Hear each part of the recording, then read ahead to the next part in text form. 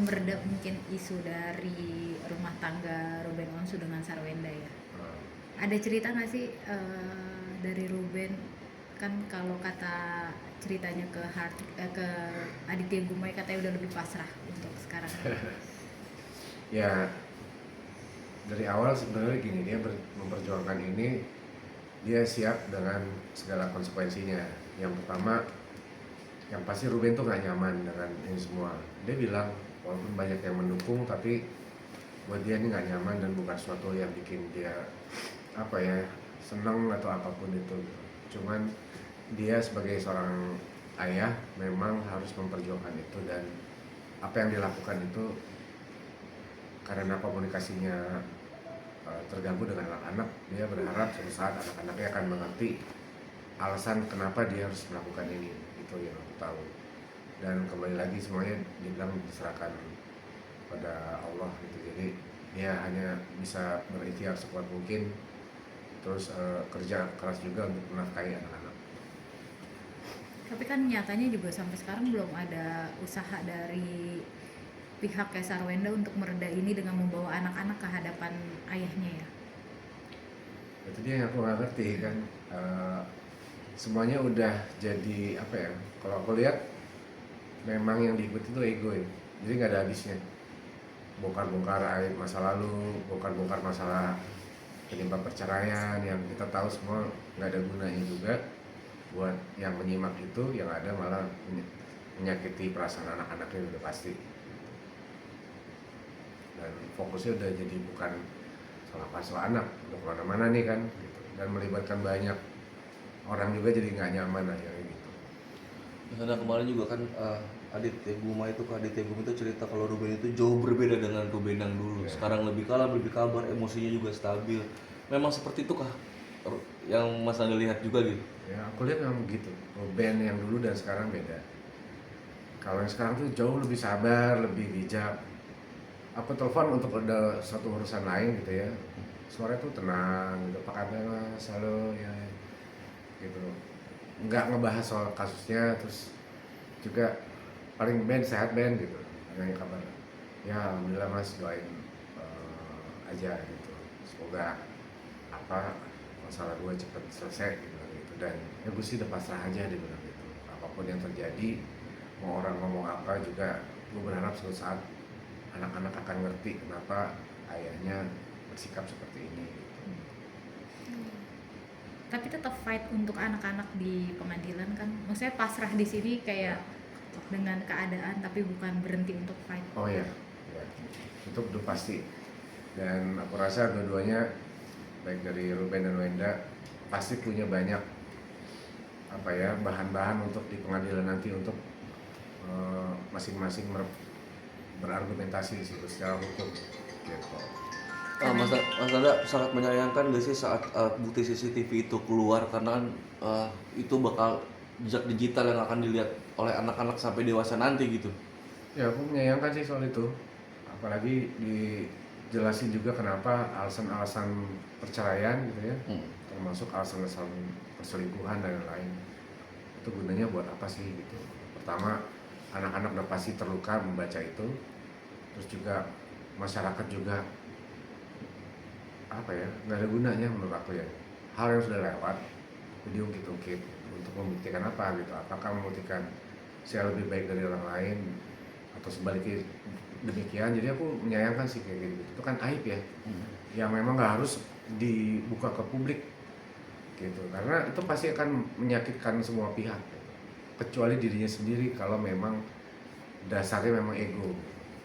Tapi apa pantas ketika udah berpisah baru dikeluarkan bukti-bukti yang harusnya nggak perlu? Ya sangat nggak pantas ya, karena hidup kan terus berjalan. Dan apa ya, anak-anak juga semakin besar, mereka pasti bisa lihat sosial media, teman-temannya juga, lingkungan sekitarnya juga, pasti itu kan ada tekanan psikis yang besar buat anak-anaknya.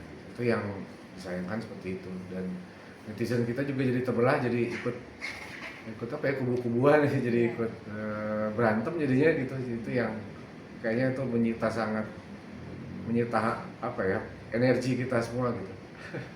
Bang, ada apa sih yang menjadi sebenarnya curhatan Ruben mungkin selain anak atau apa gitu di luar konteks anak lah gitu yang benar-benar masih tertanam di hatinya gitu tentang Square, ada nggak sih? Yang jelas yang paling berat buat Ruben itu adalah anak-anak. Makanya kan sudah ada statement kali ya dari Kak Adit ya Gumai, kalau Ruben kalau kangen tuh dia ke panti asuhan gitu. Sebenarnya dia udah lama banyak dengan kegiatan sosial, cuman nih baru terbuka sekarang aja gitu ya, orang baru tahu. Nah itu bentuk salah satu kangennya dia sama anak-anak. Dan juga yang bikin dia terluka tuh adalah dia berkonflik dengan orang-orang yang pernah sangat dekat dalam hidup dia gitu. Baik itu adiknya sendiri dengan mantan istri, mantan ipar dan lain-lain gitu ya. Termasuk ada beberapa dulu yang dianggap sahabat buat Ruben gitu ya, teman-teman yang bukannya mensupport tapi ikut menghakimi lah, ikut membuat narasi-narasi yang negatif. Itu yang bikin Ruben menurut aku sangat menyakitkan gitu ya, sangat sedih ya gitu. Mas, ini kan Sarwenda juga sudah mulai kembali live dengan pasangan di sebelahnya. Netizen tuh salfok dengan pasangannya yang kurang lebih ya lama lah seperti live kemarin. Melihat sosok Juni seperti apa sih, Mas Nanda? Ya gimana ya, ya harus belajar dari pengalaman yang kemarin-kemarin gitu, karena kan udah merasakan kan dampaknya seperti apa. Itu kan pasti merugikan, baik itu nama baik itu ke bisnisnya sendiri gitu, dan membuat gaduh dalam masyarakat. Harus diakuin ini juga jadi gaduh, jadi bukan masalah kasus yang kecil jadinya. Ini membuat masyarakat gelisah, resah gitu ya, menjadi isu yang setiap hari ada aja gitu dibahas dan menjadi trending terus. Dan ini udah pasti menjadi contoh dan menjadi pembelajaran buat semua bahwa artis lagi-lagi harus menjaga perilakunya di depan umum publik, terutama sosial media. Tapi kan udah mulai jualan juga, tapi sayang banget nih baru sekarang memilih untuk lebih ada jaga jaraknya lumayan jauh lah Gitu ya. dia. Itu yang bikin salpok netizen kayak kenapa baru sekarang gitu. Ya sebenarnya bukan soal jarak secara secara fisik gitu ya, mau sejengkal atau semeter atau 5 meter jaraknya, bukan itu sebenarnya. Perilakunya soal kepantasan. Kalau kemarin mungkin ceritanya romantis gitu ya, seperti pasangannya di drama-drama itu gitu ya, tapi efeknya kan jadi negatif gitu. Nah sekarang ya udah saatnya untuk memperbaiki sikap, perilaku dan kepantasan, karena fans-fansnya lumayan loyal tuh gitu, fans-fansnya gitu. Sayang tuh fansnya udah sesayang itu sama idolanya. Nah idolanya harap memberikan contoh yang baik buat kepada fans-fansnya gitu.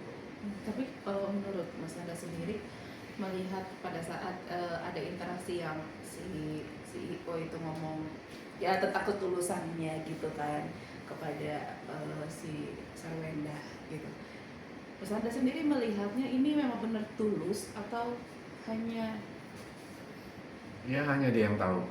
Kalau dia memang tulus, ya mestinya dia bersikap yang baik, memberikan contoh yang baik ya, buat pasangannya, buat anak-anak dari pasangannya, dan buat para fansnya dan masyarakat. Tunjukkan gitu bahwa itu memang tulus. Kalau di luar itu aku nggak ngerti ya, kalau dia misalnya ada hal-hal yang tidak belajar dari pengalaman lagi ya, semoga nggak